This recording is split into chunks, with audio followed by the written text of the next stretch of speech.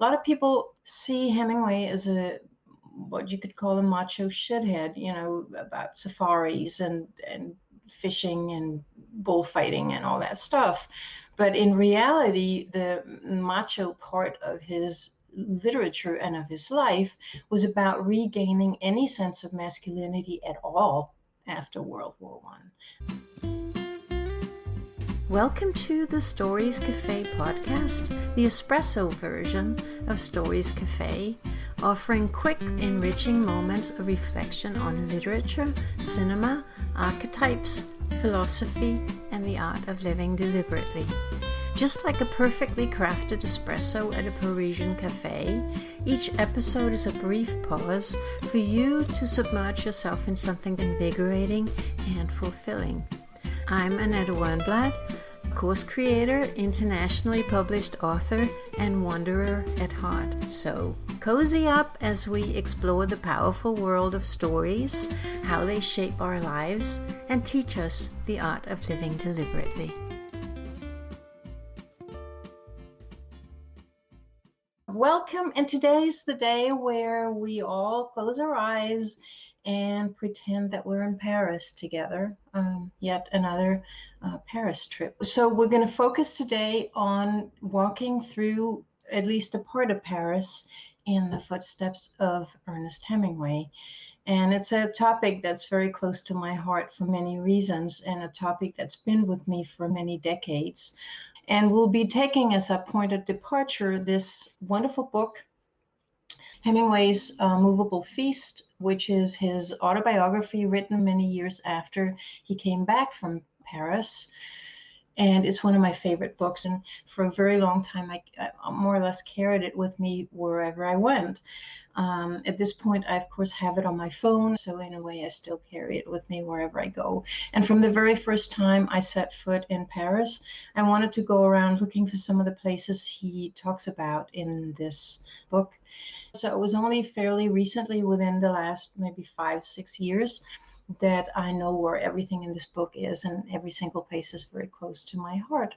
It is really wonderful, and if you're feeling down, or if you really miss Paris, or if you just want to have your life clarified and things click into place, it's really nice to just sit down and read even just a few sentences, because Hemingway is such a clear writer. In very, very clear sentences, he manages to sum up some of the points about being alive and living with pain, actually, which is why he's very good if you're feeling pain, because one of the special things about his writing is that those very, very clear, simple, more or less adjective-free sentences sort of boil things down to what is really essential in life.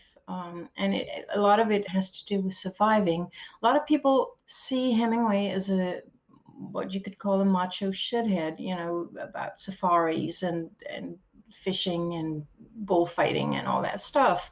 But in reality, the macho part of his literature and of his life was about regaining any sense of masculinity at all after World War One. Yeah, so since the very first time I was in Paris, I mean, I was there on Interrail. Those of you who are Europeans probably know what that is. You could buy a month pass and you could travel by rail all over Europe for a month, and it cost next to nothing. And so I just jumped on a train with a friend that I didn't really know very well, and we had a very dramatic trip with some ups and really big downs. But I was kind of driving her crazy, wanting to look for all the places Hemingway ever was, both in Paris and in the south of France. So it's something I've been doing for a long time. The book starts with a description of the area where Hemingway lived.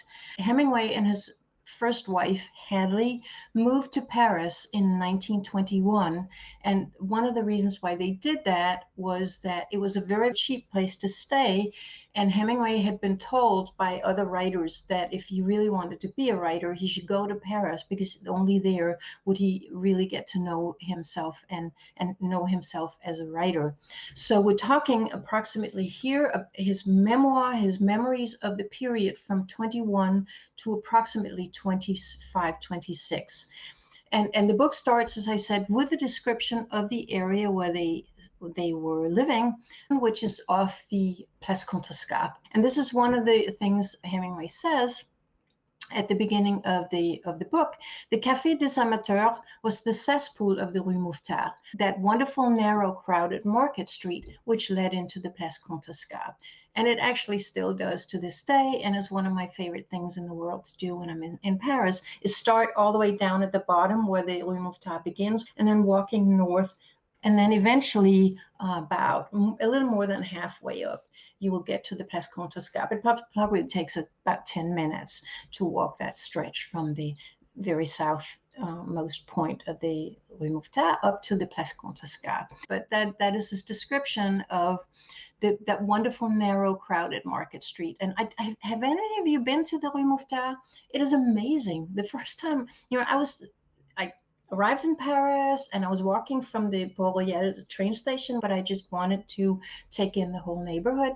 And when I came down to the Rue Mouffetard, I looked right. I was right down at the south end, so there was not that much to the right and then to the left. All that I could see were, as far as my eye reached, were greengrocers and cheese shops and cafes and butchers and wine shops. And it's just the most amazing place. So if you're at all a foodie, if you're in Paris again, you have to go to the Rue Mouffetard. So you have the Rue Mouffetard, and you have the Rue du Cardinal Lemoine, which is the street where Hemingway lived. While he was staying at the Rue du Cardinal Lemoine, he rented an office it's called La Maison de Verlaine, because this is where Verlaine, the famous French poet, died.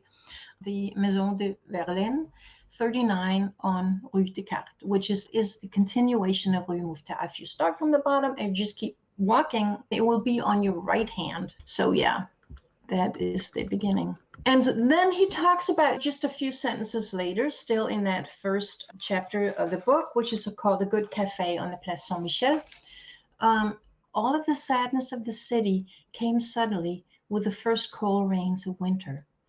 And there were no more tops to the high white houses as you walked, but only the wet blackness of the street and the closed doors of the small shops, the herb sellers, the stationery and the newspaper shops, the midwife second class, and the hotel where Verlaine had died, where I had a room on the top floor where I worked. Because the place where they were staying was tiny, and it did not have indoor plumbing. It did not have a toilet. I think it had like a closet with a bucket in it as a toilet.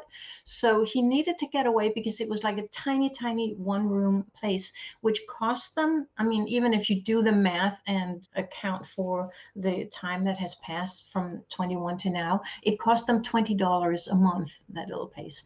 So he had this tiny place where they lived, and then he rented a tiny place where he wrote. And Hadley undoubtedly was very understanding of his writing, very supportive of everything he wanted to do, and you get a tremendous sense of this in the book. I think Hemingway's loyalty to Hadley and his grief over betraying her and betraying that marriage and what they had is palpable in the book.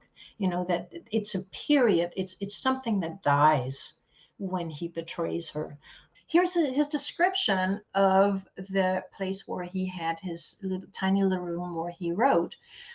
It was either 6 or 8 flights up to the top floor, and it was very cold.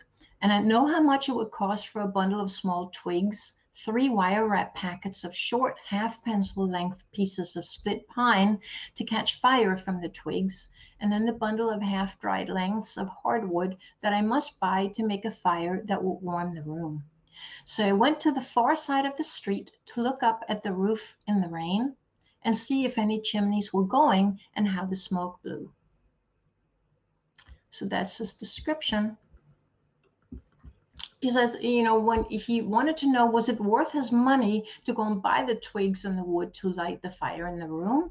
If the chimney wasn't going, it wouldn't be worth his while because it would take all the time he had to write to just light that fire. So he's now starting his morning, and he's on this walking from home down to Etoile, turning left and then turning right, looking up that building and looking at the chimneys. And this is the continuation. There was no smoke, and I thought about how the chimney would be cold and might not draw, and of the room possibly filling with smoke and the fuel wasted and the money gone with it. And I walked on in the rain. And again, a quote from the book: I would stand and look out over the roofs of Paris and think, do not worry. You've always written before, and you'll write now. All you have to do is write one true sentence. Write the truest sentence you know. And again, this is again what I talked about, the real genius of Hemingway.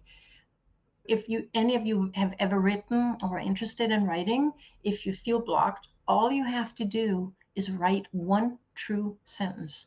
Write the truest sentence you know. One of my favorite quotes. Thank you so much for joining me.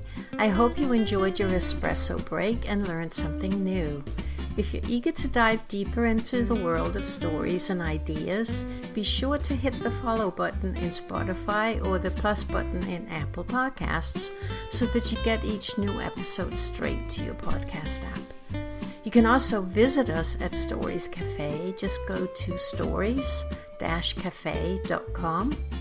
There you can explore free content for a taste of what we offer, or if you're ready for more, a paid membership unlocks in-depth discussions, full access to our archives, and a vibrant community of fellow story enthusiasts.